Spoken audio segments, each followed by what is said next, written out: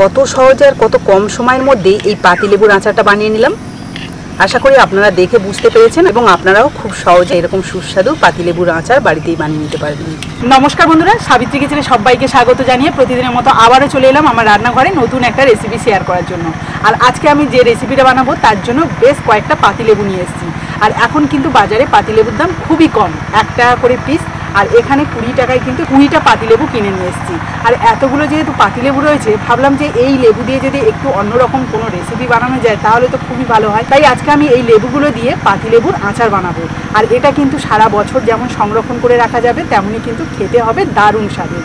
আর এটা বানানো খুবই সহজ, খুব কম সময়ের মধ্যে বানানো হয়ে যায়। আপনারা শুরু থেকে শেষ অবধি ভিডিওটা দেখলে আশা করি আপনারাও সহজে বানিয়ে নিতে পারবেন। আর সম্পূর্ণ ভিডিওটা দেখার পর আপনাদের যদি ভালো লেগে থাকে তাহলে প্লিজ একটা লাইক করে বন্ধুদের সাথে শেয়ার করবেন। আর যারা আমার নতুন বন্ধু আছেন তারা যদি ইউটিউব থেকে দেখে থাকেন তাহলে প্লিজ চ্যানেলটাকে সাবস্ক্রাইব করে দেবেন। আর যারা ফেসবুক থেকে দেখছেন তারা ফেসবুক পেজটাকে ফলো করে দেবেন। তাহলে চলুন আজকে রেসিপিটা শুরু করা যাক। লেবুর আচার বানানোর জন্য যে পাতিলেবুগুলো আমি নিয়েছি সেগুলোকে প্রথমে ধুয়ে নেব। তার জন্য একটা পাত্রের মধ্যে কিছুটা পরিষ্কার জল রেখেছি, তার মধ্যেই লেবুগুলো দিয়ে দিচ্ছি। এবার এগুলোকে জল ঝাড়িয়ে গাগুলোকে ভালো করে মুছে নেব। যেহেতু এটা সারা বছরের জন্য আমি সংরক্ষণ করে রাখবো, তার জন্য কিন্তু এই লেবুর গায়ে কোনো রকম জল থাকলে হবে না। গরমের সময় শরীর ভালো রাখার জন্য আমরা কিন্তু এই পাতিলেবুর শরবত বানিয়ে খাই, তেমনই এই আচারটা বানিয়ে যদি রাখা হয় তাহলে কিন্তু সারা বছর আমাদের শরীরের পক্ষে খুবই উপকারে আসবে এই লেবুর আচারটা। এই যে একটা সুতির কাপড় নিয়েছি, তা দিয়ে ভালো করে লেবুগুলো মুছে নিচ্ছি। এবার এই মুছে নেওয়া লেবুগুলোকে বেশ সুন্দর করে আচারের জন্য কেটে নেব। প্রথমে আমি লেবুর দু সাইডটা একটু বাদ দিচ্ছি।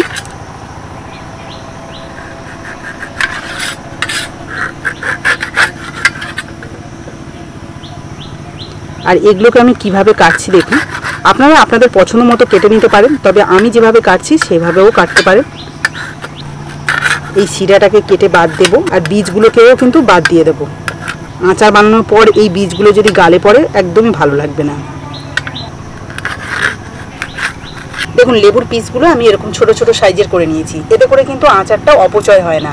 তো চলুন সবগুলো লেবু আমি একইভাবে কেটে নিই। এই যে বর্ষা পড়েছে, এই সময় কিন্তু অনেকের বাড়িতে পাতিলেবু কেন অনেক ধরনের কিন্তু লেবু হয়, যেমন কাবজি লেবু বা গন্ধরাজ লেবু। তো সেগুলো যদি আপনারা আচার বানিয়ে রাখেন সারা বছরের জন্য তাহলে দেখবেন খুবই ভালো হবে। সবগুলো লেবু দেখুন কেটে নিয়েছি বেশ সুন্দর করে। আর এই লেবুর আচারের মধ্যে আমি অল্প একটু কাঁচা লঙ্কা ব্যবহার করব, তার জন্য কিন্তু সেই লঙ্কাগুলোকে আমি এখানে কেটে নিয়েছি। আর এখানে আমি কাঁচা পাকা লঙ্কাগুলো নিয়েছি যাতে দেখতে আরো ভালো হয়। এবার এই কেটে নেওয়া লেবুগুলোকে আমি একটা পাত্রের মধ্যে নিয়ে নিচ্ছি।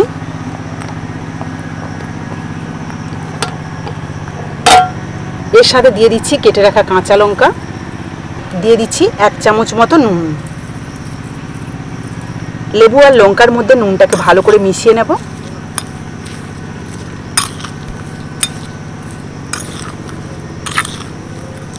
লেবুর আর লঙ্কার মধ্যে যখন নুনটা মিশিয়েছি না, সুন্দর একটা গন্ধও বেরোচ্ছে।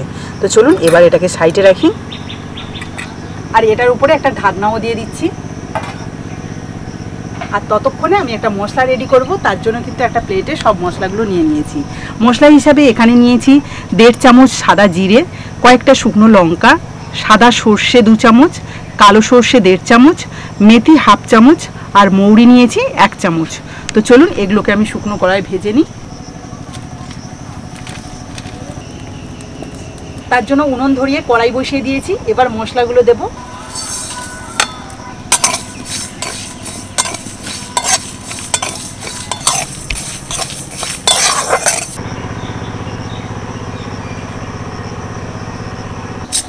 মশলা থেকে কিন্তু খুব সুন্দর একটা ভাজা ভাজা গন্ধ বেরোচ্ছে।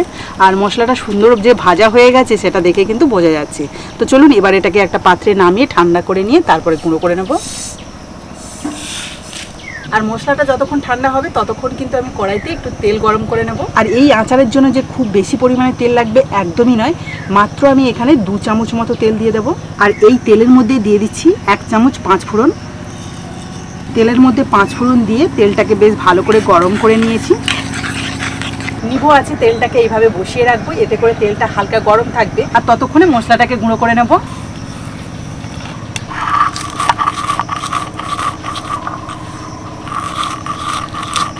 আপনারা চাইলে এই মশলাটা মিক্সিতেও গুঁড়ো করে নিতে পারেন, তবে সেক্ষেত্রে একটু দানা দানা রাখবেন, তাহলে কিন্তু আচারটা খেতে ভালো হবে।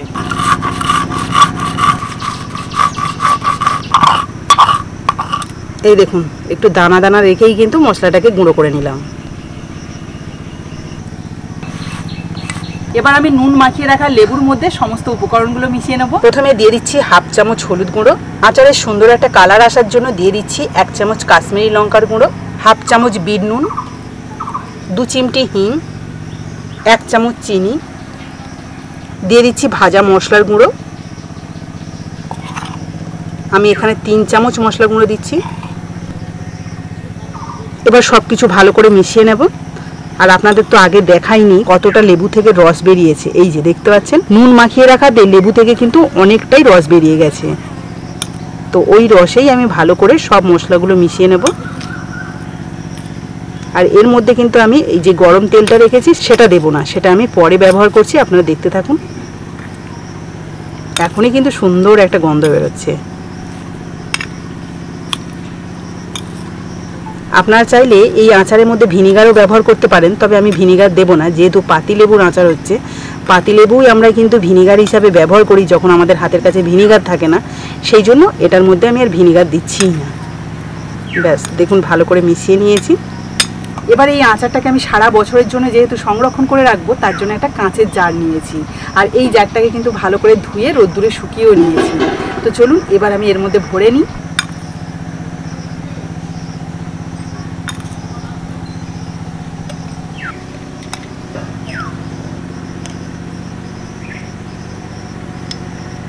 দেখুন কিছুটা লেবুর আচার এর মধ্যে ভরে নিলাম। এবার সেটা কিন্তু চামচ দিয়ে একটুখানি ভালো করে চেপে দিচ্ছি। এবার আমি এর মধ্যে দিয়ে দেবো তেল। আর এদিকে নিভু আঁচে বসিয়ে রাখার জন্য তেলটা কিন্তু খুব গরম নেই, হালকা গরম আছে। এই অবস্থায় আমি এখান থেকে 1 চামচ করে নেব আর এর মধ্যে দেব।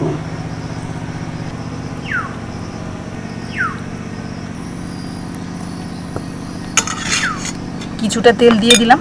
এবার বাকি যেটুকু আচার আছে সেটাও দিয়ে দেব। দিয়ে এটাকে কিন্তু চেপে চেপে আমি এইভাবে জারের মধ্যে ভরে দেব।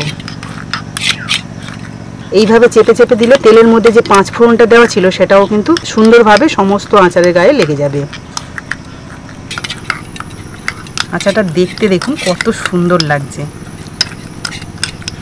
আমার আগের বানানো আচারগুলো আপনারা ভীষণ পছন্দ করেছেন, তার জন্যই কিন্তু আমি চেষ্টা করেছি বিভিন্ন ধরনের আচার বানিয়ে দেখানো। তেমনই কিন্তু আজকের এই পাতিলেবুর আচারটা বানানো। আর এটা কিন্তু খুব সুন্দর, যেমন কালার এসছে তেমনই কিন্তু খেতেও হবে দারুণ সুস্বাদু। তবে সঙ্গে সঙ্গে এই আচারটা খাওয়া যাবে না, এটাকে কয়েকদিন একটু রোদ্দুরে দিলে বা রেখে দিলে তাহলে কিন্তু এটা খেতে দারুণ স্বাদ হবে। বাকি মশলা মেশানো লেবুগুলোকেও আমি সুন্দরভাবে ভরে নিলাম জারের মধ্যে। এবার এইগুলোকেও আমি চেপে চেপে ভেতর দিকে দেওয়ার চেষ্টা করছি এবং অল্প একটু তেলও রেখেছি, সেটা আমি উপরে দিয়ে দেব।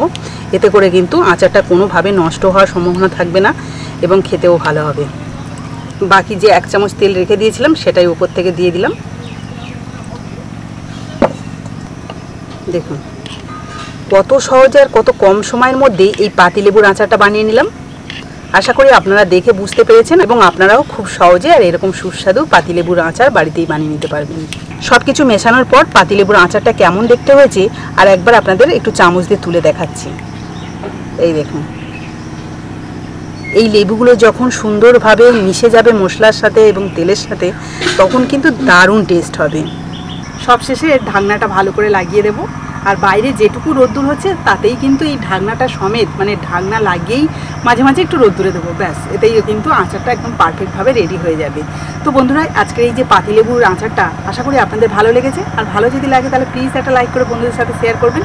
তো আজকের মতো টাটা, পরের দিন আসবো আবার একটা নতুন ভিডিও নিয়ে। ততক্ষণে ভালো থাকবেন, সুস্থ থাকবেন।